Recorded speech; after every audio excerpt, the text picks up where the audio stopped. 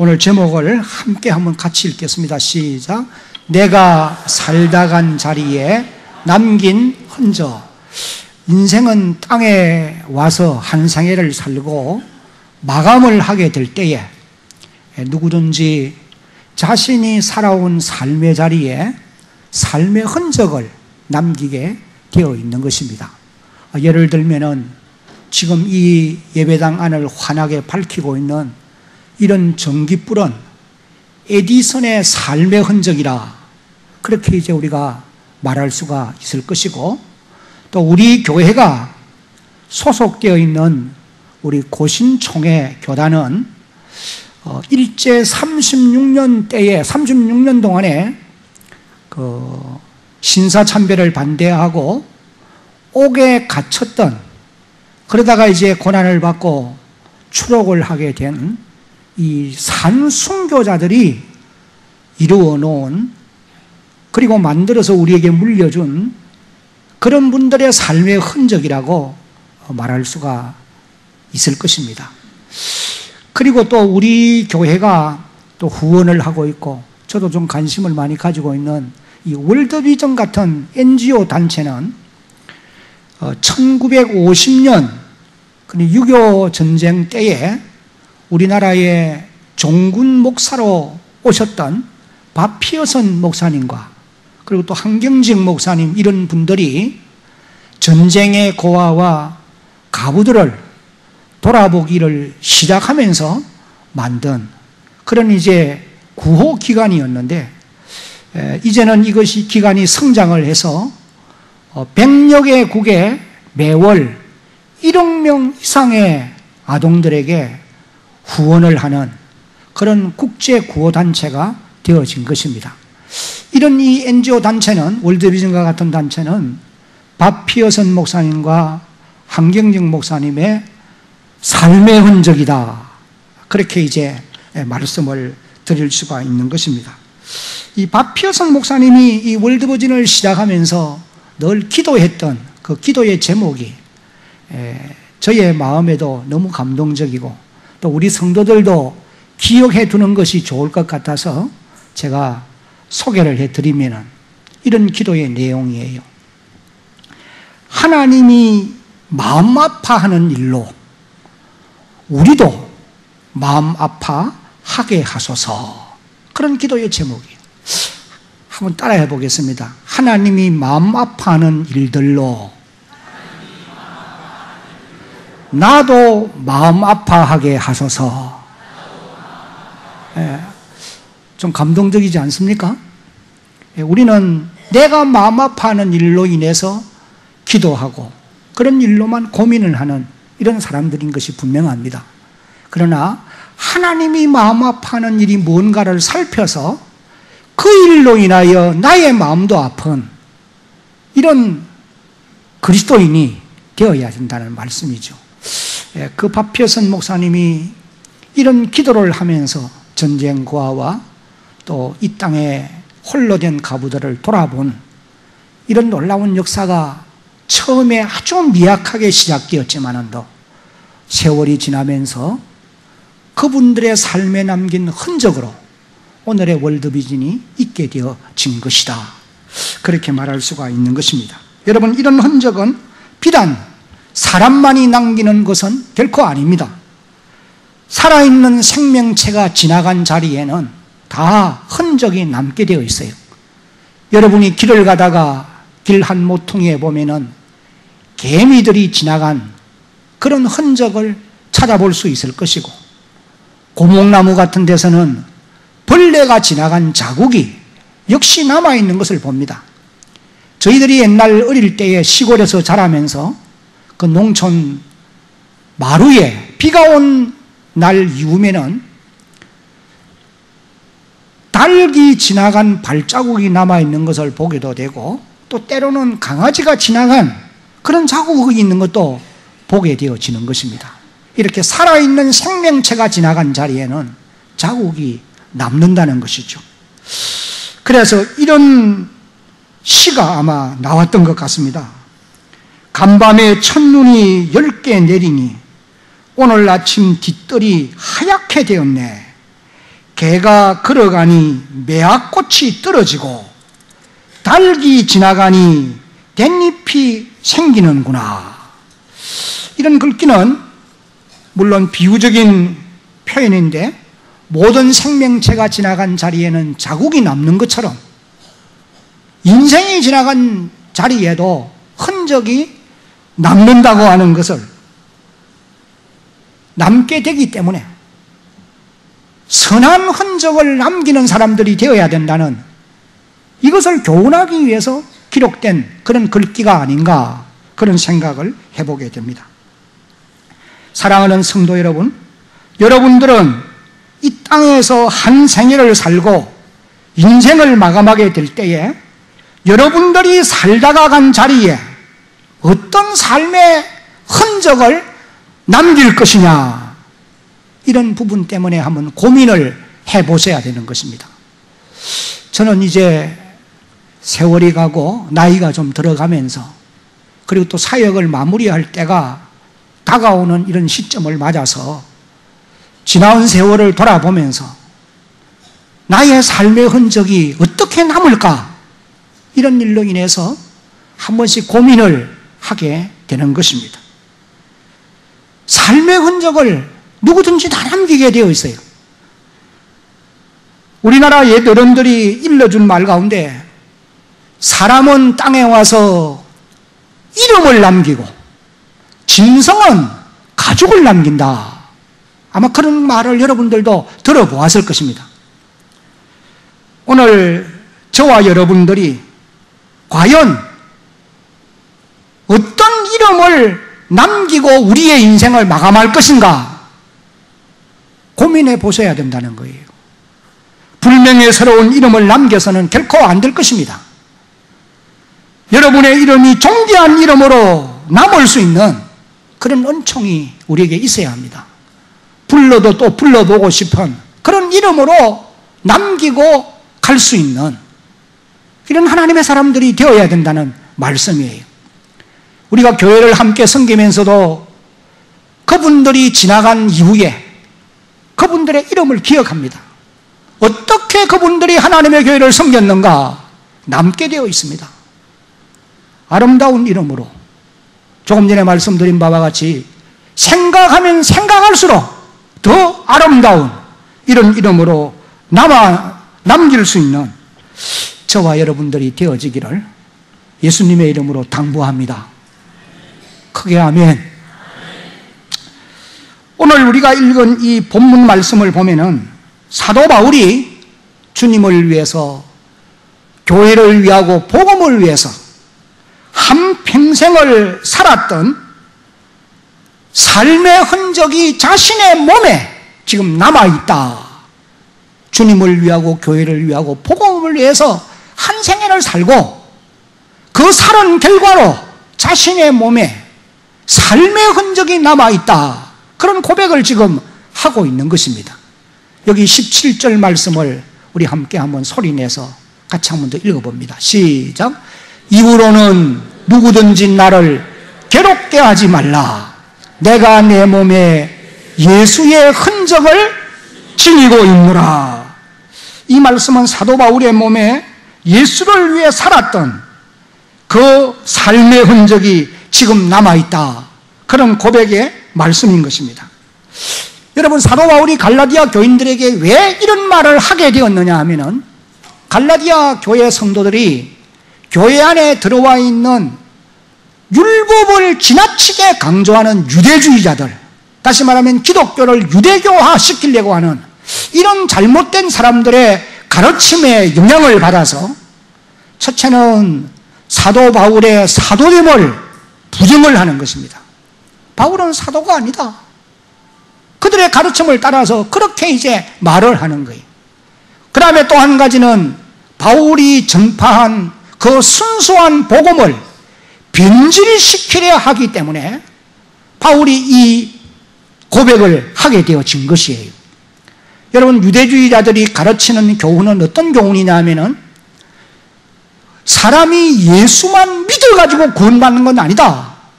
예수를 믿기도 해야 되지만은 반드시 율법도 지켜야 되고 할례도 받아야 그래야 구원을 받을 수 있다. 그렇게 이제 가르치는 것이 유대주의자들의 가르침이었던 것입니다. 갈라디아 교회 성도들이 이 가르침을 받아서 바울의 사도됨을 부정하는 자들이 있었고, 또 바울이 전파한 복음을 변질시키려고 하는 자들이 있었던 것입니다. 이것은 복음의 본질을 변질시키는 것이었기 때문에 바울은 갈라디아 교회 성도들에게 자신의 사도됨을 변호해야 되었고, 또 자신이 전파한 복음이 확실하다고 하는 것을 증언하기 위해서 바울이 이런 고백을 하게 된 것입니다. 내 몸에 예수의 흔적을 내가 지금 가지고 있다. 갈라디아 1장 1절을 보면은 사도 바울이 갈라디아 교인들에게 편지를 하면서 그 다른 서신과 차이점이 하나 있어요. 그게 뭐냐면은, 다른 서신은 예를 들면 에베소나 로마서를 비롯해서 이런 고린도 전후서나 이 바울 서신들을 다 살펴보면 제일 첫 문장은 인사입니다. 그리스도 예수의 이름으로 평강을 기원하고 그들의 안부를 묻는 이것으로부터 서신이 시작돼요. 그러나 갈라디아서는 그렇지 않습니다. 1장 1절 첫 마디부터 이 사도 바울이 자신의 사도됨을 변호하고 있는 그런 말씀으로 시작을 하고 있는 것을 볼 수 있습니다. 여기 1장 1절을 한번 같이 읽어보겠습니다. 시작. 사람들에게서 난 것도 아니요 사람으로 말미암은 것도 아니요 오직 예수 그리스도와 그의 죽은 자 가운데서 살리신 하나님 아버지로 말미암아 사도된 바울은, 바울 자신이 사도가 되어진 것은 사람으로부터 시작된 게 아니라는 거예요. 어느 누구가 너는 사도라 해라, 사도를 하라, 그렇게 해서 시작된 것이 아니라는 거예요. 오직 예수 그리스도를 죽은 자 가운데서 살리신 하나님의 부르심이 있었기 때문에 나는 그 부르심에 의해서 사도가 되어진 사람이다. 그렇게 이제 고백하고 있는 것을 보게 되어집니다.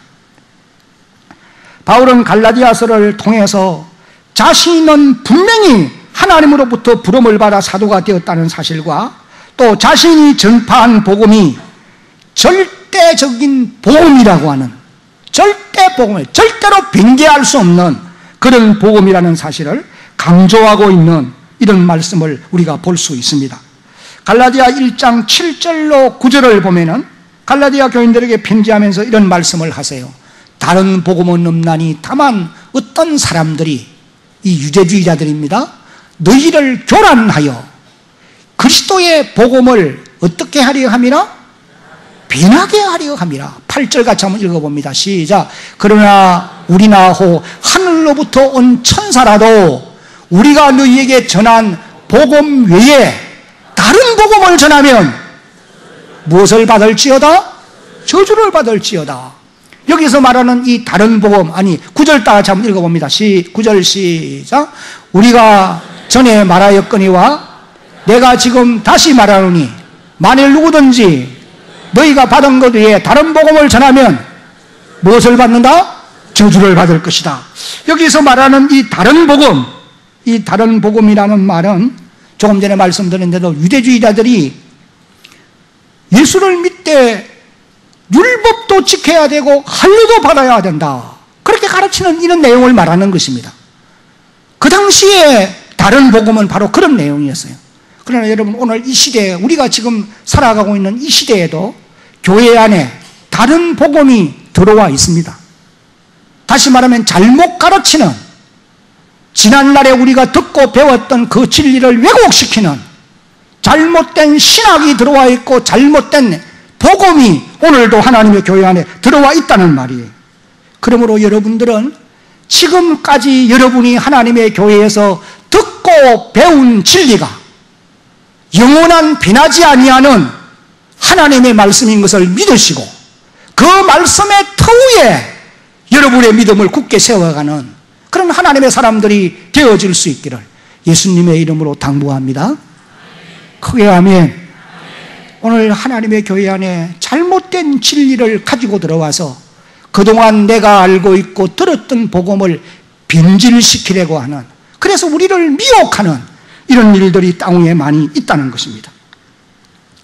그리고 바울은 갈라디아 1장 11절로 12절에서도 보면은 형제들아 내가 너희에게 알게 하노니 내가 전한 복음은 사람의 뜻을 따라 된 것이 아니니라. 12절 같이 한번 읽습니다. 시작.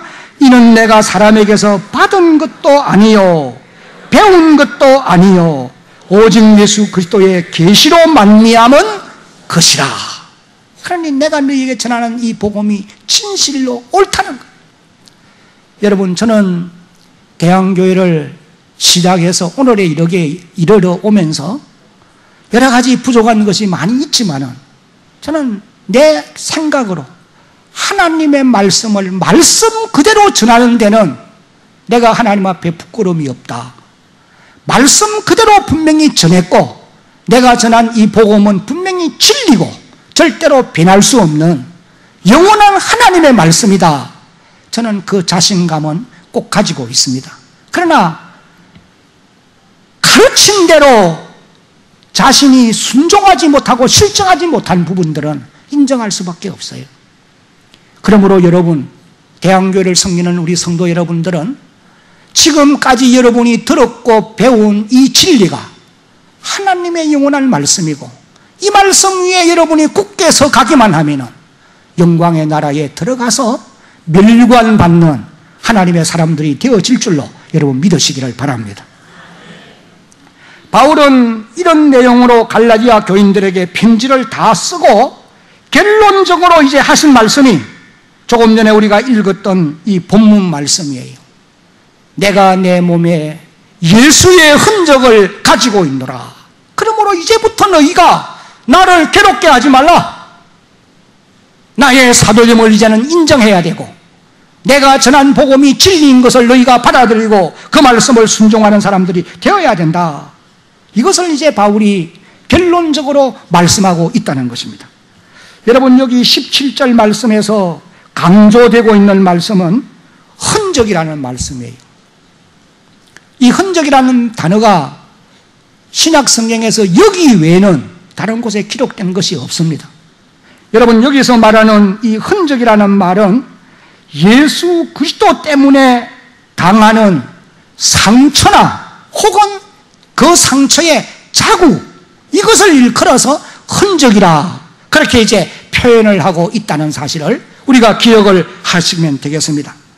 그런데 여기 흔적이라고 하는 이 단어가 복수로 기록이 되어 있다는 거예요.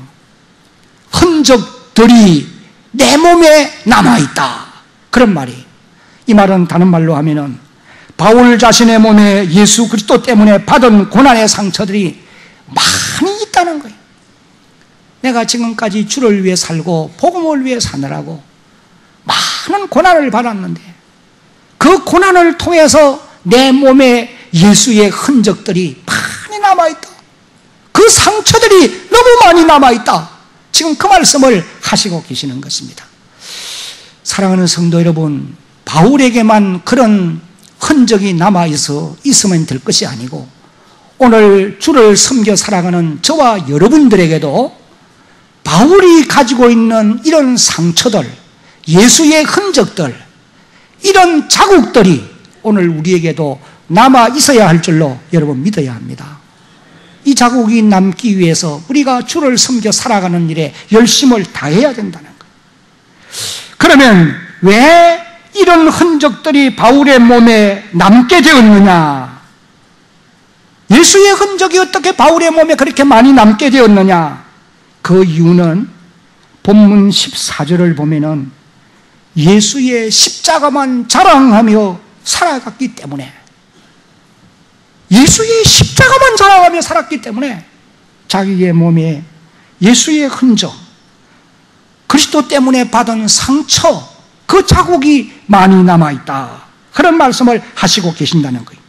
이제 우리 14절 말씀을 한번 소리내서 같이 읽어보겠습니다. 시작. 그러나 내게는 우리 주 예수 그리스도의 십자가 외에 결코 자랑할 것이 없으니 그리스도로 말미암아 세상이 나를 대하여 십자가에 못 박히고 내가 또한 세상을 대하여 그러하니라.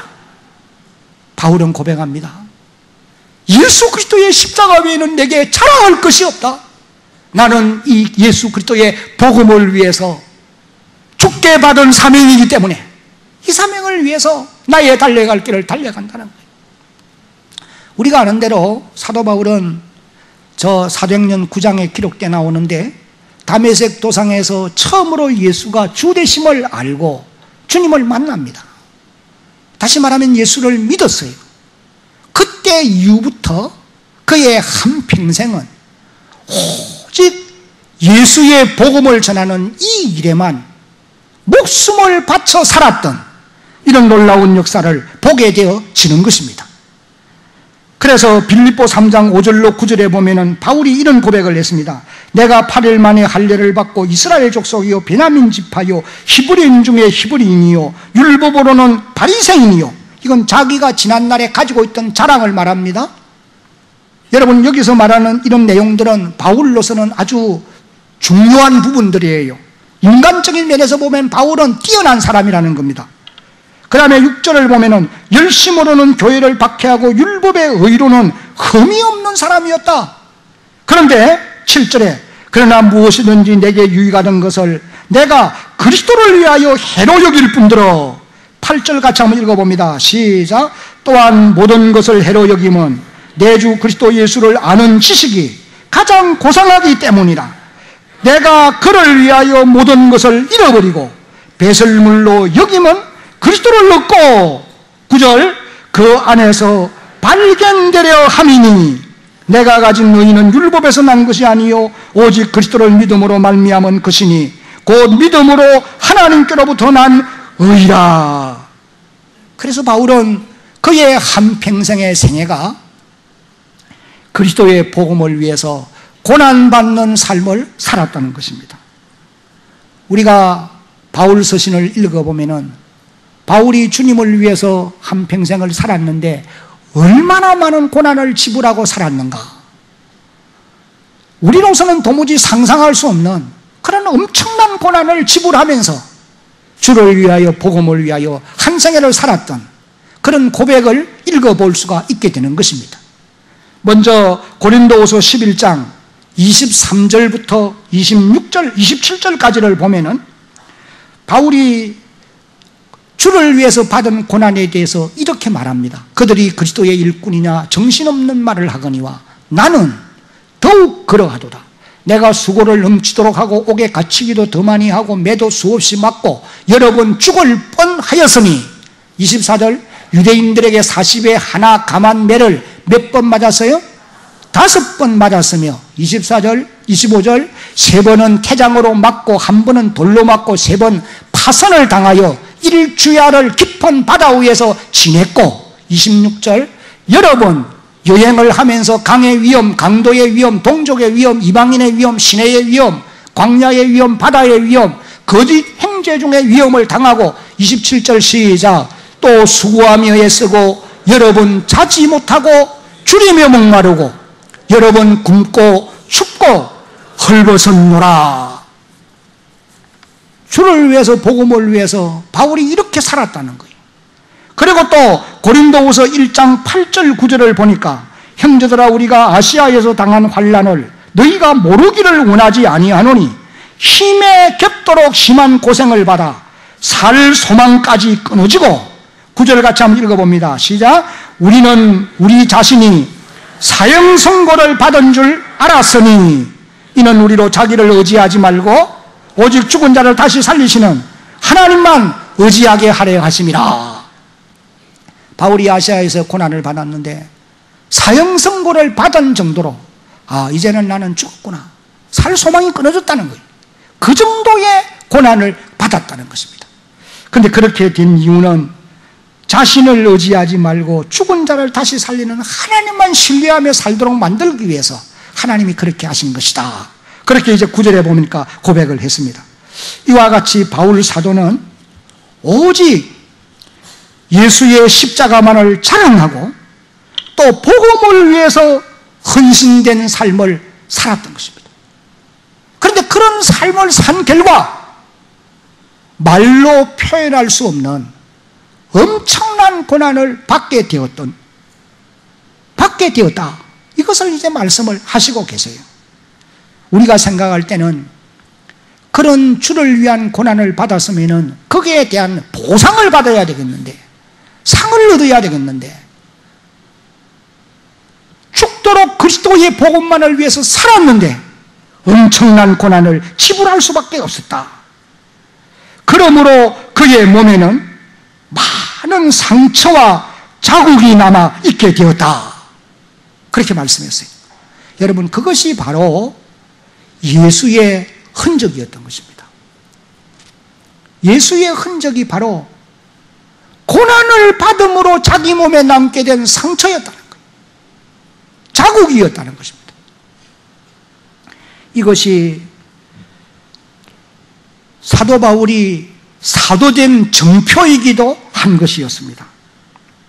그래서 바울은 갈라디아 교회 성도들에게 편지하면서 이제 더 이상 자신의 사도됨을 부인하지 말고 이제 좀 인정하고, 또 자신이 전한 복음을 순수하게 믿고 순종을 해서 아브라함의 복을 받는 여러분들이 되어지기를 간절히 내가 바란다.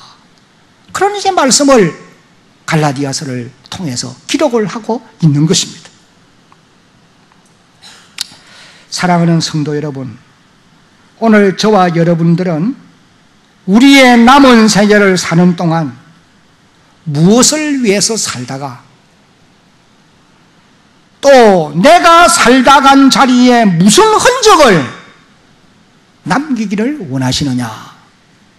여러분들은 여러분의 남은 생애를 살면서 무슨 일을 하다가 여러분의 인생이 마감될 때에 여러분의 살고 간 그 삶의 자리에 어떤 흔적을 남기기를 원하시느냐는 것입니다. 본문에 나오는 사도 바울은 우리 모든 믿는 성도들의 신앙생활의 모범이 되는 분입니다.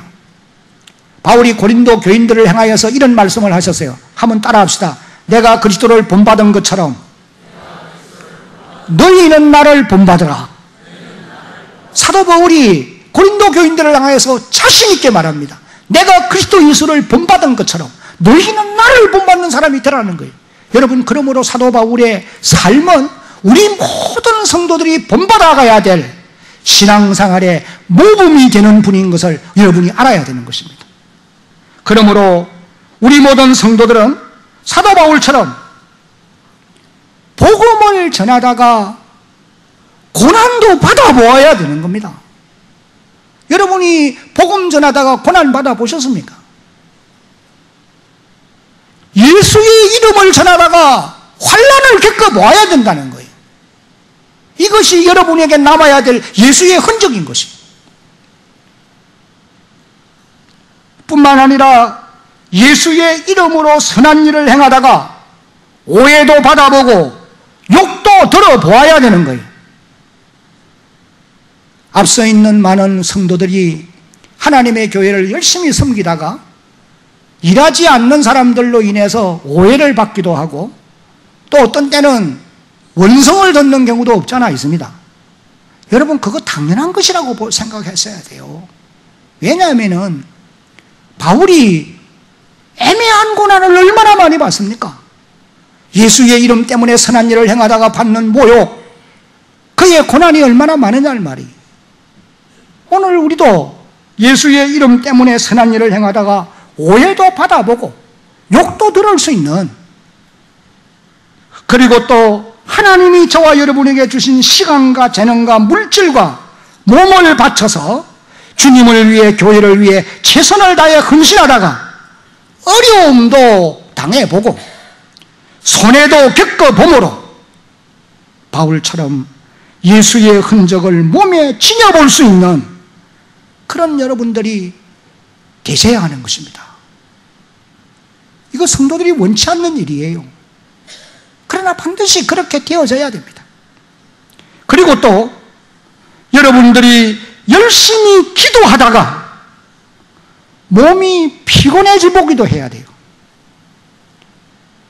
열심히 기도하기 때문에 머리가 아파 보기도 할 수 있어야 돼요. 소리내서 열정적으로 기도하면은요, 머리가 아프기도 합니다. 경험을 안 해봤으니 어찌 알겠습니까만은 경험해보면 그럴 수도 있어요. 야곱처럼 기도하다가 환도뼈가 부러지는 고통을 겪고 그런 어려움을 당해보기도 해야 되고, 한나처럼 기도하다가 오해를 받아보기도 하고, 수로보니게 여인처럼 기도하다가 멸시도 당해보는, 그렇게 함으로 예수의 흔적을 경험해 볼 수 있는 하나님의 사람들이 되어야 된다. 이것을 우리에게 말씀을 하십니다. 그뿐만 아니고 한 걸음 나아가서 저나 여러분들이 하나님의 말씀대로 살다가 세상 사람들이 어리석은 사람이라고 비난하는 소리도 들을 수 있어야 돼요. 말씀대로 사는 사람은 어리석은 사람이라고 말합니다. 그리고 또 말씀대로 살다가 물질적인 손해도 볼 수 있는 예수의 흔적을 경험해 볼 수 있는 이런 하나님의 사람들이 진정한 그리스도인이라고 말할 수 있는 겁니다. 하여간 오늘 저와 여러분들은 바울처럼 예수의 십자가만을 자랑하고 복음을 위해 살다가 예수의 흔적을 몸에 지녀볼 수 있는 하나님의 사람들이 되어질 수 있기를 예수님의 이름으로 간절히 바랍니다. 여러분, 오늘 저와 여러분들이 정말 예수의 흔적이 바울의 몸에 남아있듯이 우리에게 남아있다고만 한다면, 하나님은 반드시 그런 사람에게 상을 주실 줄로 믿으시기를 바랍니다. 우리가 보면은 사도 바울의 경우는 예수의 흔적을 지니고, 다시 말하면 고난받는 것으로 인생이 끝난 것처럼 그렇게 생각이 되어질 수가 있어요. 옥에 갇혔다가 매도 맞고 결국은 거기서 순교의 제물이 되었으니까 좀 안타까운 마음이 들 수도 있겠죠. 그러나 여러분, 결코 그렇지 않습니다. 예수의 흔적을 몸에 지닌 이 바울은 하나님의 큰 상을 받았다는 사실을 우리가 잊지 않아야, 잊으면 안 되는 것입니다. 디모데후서 4장 7절 8절을 한번 읽어봅니다. 나는 선한 싸움을 싸우고, 시작. 나는 선한 싸움을 싸우고 나의 달려갈 길을 마치고 믿음을 지켰으니, 8절. 이제 후로는 나를 위하여 의의 면류관이 예비되었으므로 죽어들어 오신 재판장이 그날에 내게 주실 것이며, 그 다음에 내게만 아니라 주의 나타나심을 사모하는 모든 자에게 도니라. 바울의 고백을 보십시오. 바울이 예수의 흔적을 자기 몸에 지니기 위해서 수많은 고난을 겪었습니다. 그것으로 끝난 것이 아니에요. 영광의 나라에 이르러서 어로우신 재판장 주님으로부터 영원히 시들지 아니하는 의의 멸관을 받게 되었다는 거예요. 히브리서 11장 마지막 부분과 12장 앞부분을 읽어보면은 하나님의 영광의 나라에서 구름같이 흐랑한 증인들이 지켜보는 가운데서 바울은 의의 멸류관을 받아 쓰고, 그 멸류관은 영원히 없어지지 않은 거예요. 그 멸류관 쓰고 영광의 나라에서 영원한 복을 누리며 살아가는 이런 은총이 있게 되어진 것입니다. 그러므로 오늘 우리 성도들도 바울처럼 주님을 위하고 복음을 위하고 교회를 위해서 헌신된 삶을 살다가 고난을 받음으로 예수의 흔적을 저나 여러분들이 가지게 되면은 하나님께서 반드시 상 주실 줄로 여러분 믿으시기를 바랍니다. 성경은 분명히 약속합니다. 두 가지를 약속해요. 마가복음 10장 29절로 30절을 보니까 예수님이 이렇게 말씀하셨어요. 나와 복음을 위하여 교회를 위하여 집이나 전토나 자매나 형제나 그 중에 무엇이라도 헌신한 사람들에게는 땅 위에서도 하나님이 복을 주시되 100배의 복을 주시고 핍박을 gem하여 받기는 하지만은 영생을 얻지 못할 자가 한 사람도 없다. 주님이 약속하신 말씀이에요. 여러분이 진실로 복음을 위하고 교회를 위하고 주님을 위해서 고난을 받을 정도로 헌신하는 삶을 살았다고 한다면 분명히 여러분의 몸에는 예수의 흔적이 있게 될 것이고, 그 흔적 때문에 하나님이 땅 위에서도 풍성한 은혜와 복을 주실 줄로 여러분 믿으시기 바랍니다. 한 걸음 나아가서는 영광의 나라에 이를 때에 바울처럼 의의 멸관을 받게 되어질 것입니다. 수고는 하지 않고 상만 얻을 수는 없는 겁니다. 십자가 없는 멸관은 있을 수가 없는 것이죠. 지난 며칠 전에 그 복음병원에서 제 66주년 기념 감사 예배를 드렸어요. 이 복음병원은 1951년에 전쟁이 일어났을 때에 저 북한에서부터 시작해서 전국에서 몰려오는 피난민들이 약 45만 명이 넘었다고 합니다. 그런데 본래 한 40만 되었는데 전쟁통에 그냥 갑자기 한 90만의 사람들이 이 부산에 몰려든 거예요. 그 피난민들의 고난, 질병, 이것을 이제 치료해 주기 위해서 시작된 진료소가 복음병원이었어요.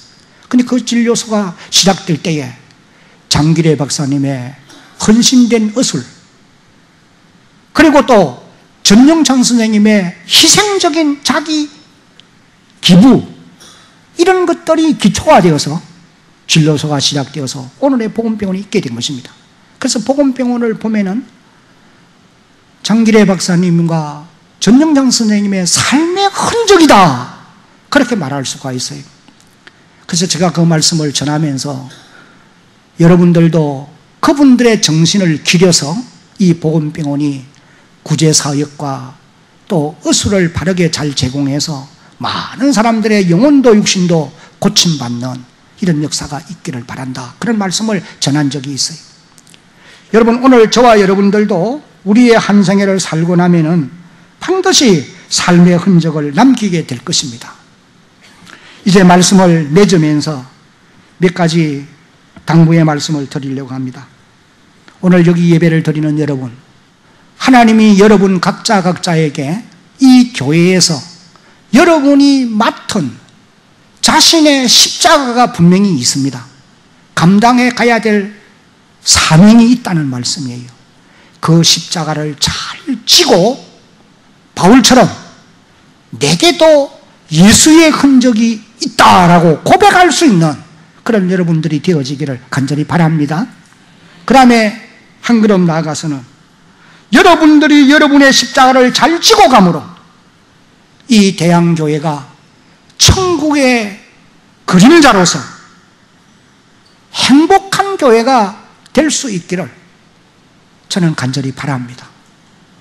그래서 이곳을 찾는 모든 성도들이 천국을 경험할 수 있고 정말 행복한 신앙생활을 할 수 있는 그런 하나님의 교회가 되어져야 한다는 것입니다. 그 다음에 한 걸음 나아가서는 여러분들이 살아간 자리에 어떻든지 선한 흔적을 남겨야 됩니다. 그래서 많은 사람들에게 여러분이 남긴 선한 흔적 때문에 선한 영향력을 끼치고 또 자손 대대로 그 선한 흔적 때문에 하나님을 더 깊이 알아가는 그런 놀라운 역사가 있기를 예수님의 이름으로 당부합니다. 기도하겠습니다. 하나님, 오늘 저희들을 이곳에 불러주시고 지나온 세월 인도해 주신 것 감사합니다. 바울은 복음을 위하고 교회를 위하고 주님을 위해서 헌신된 삶을 살다가 자신의 몸에 예수의 흔적을 가지게 되었다고 고백했습니다. 그랬기에 주님 앞에 설 때에 의의 면류관 받게 된 줄로 믿습니다. 주여, 우리도 남은 세월 사는 동안에 선한 흔적을 남길 수 있도록 지혜를 주시고 믿음을 주시고 은혜를 더하여 주옵소서. 예수님의 이름으로 기도드리옵나이다. 아멘. 316장 찬양입니다. 이 찬양 드리면서 이제 헌금 드리도록 하겠습니다.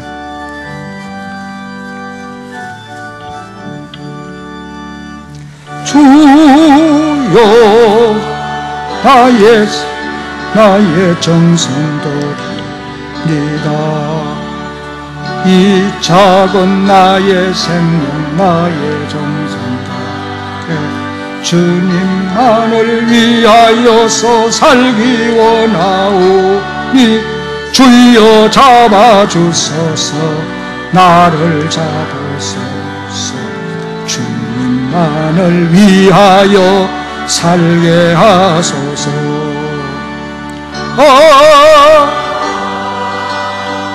불같은 성령으로 충만케 하옵소서 환난이 와도 핍박이 와도 주님만 위해 살게 하소서 주여 나의 가진 모든 보아드립니다 아무리 나 혼자서 몸부림쳐봐도 우리들의 힘으로는 어찌할 수 없어 주만 의지합니다 주 의지합니다 성령으로 거듭남 주시옵소서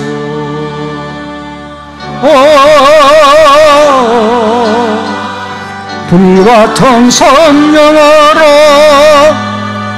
충만케 하옵소서 괴로움이 와도 슬픔이 와도 주님만 위해 살게 하소서 주여 이 몸 바쳐 주의 일을 하렵니다 이 몸 바쳐 주의 일을 하렵니다 아무리 어려워도 괴로움 당해도 주와 함께 승리하며 살게 하옵소서 주님 사랑 크시니 주를 따라가며 주님으로 만족해 하여 주소서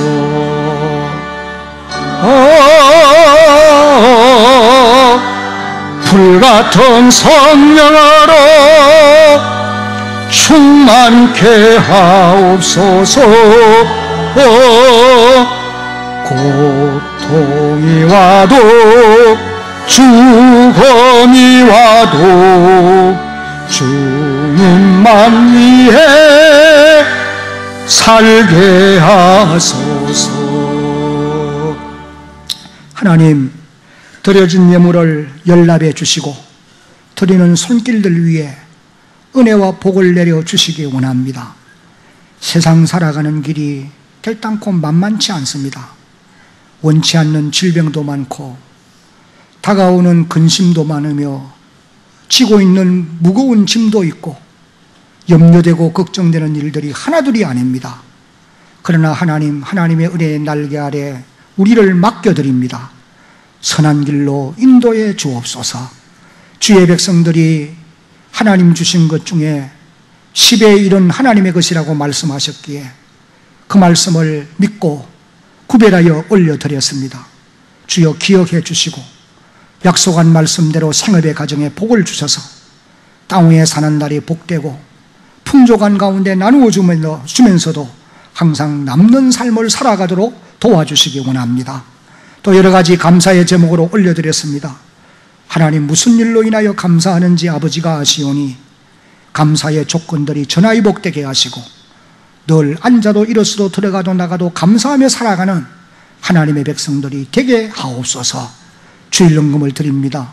선교와 구제와 장학을 위해서 또 기둥연금으로 또 노인대학을 위해서 드리는 이 모든 예물도 하나님이 연락하시고 두 손들어 축복해 주시기 원하오며 이 물질들 닿는 곳에 500리어의 기적이 꼭 일어나서 피로가 충족되어지고도 항상 남아 돌아갈 수 있도록 주여 은혜를 베풀어 주옵소서.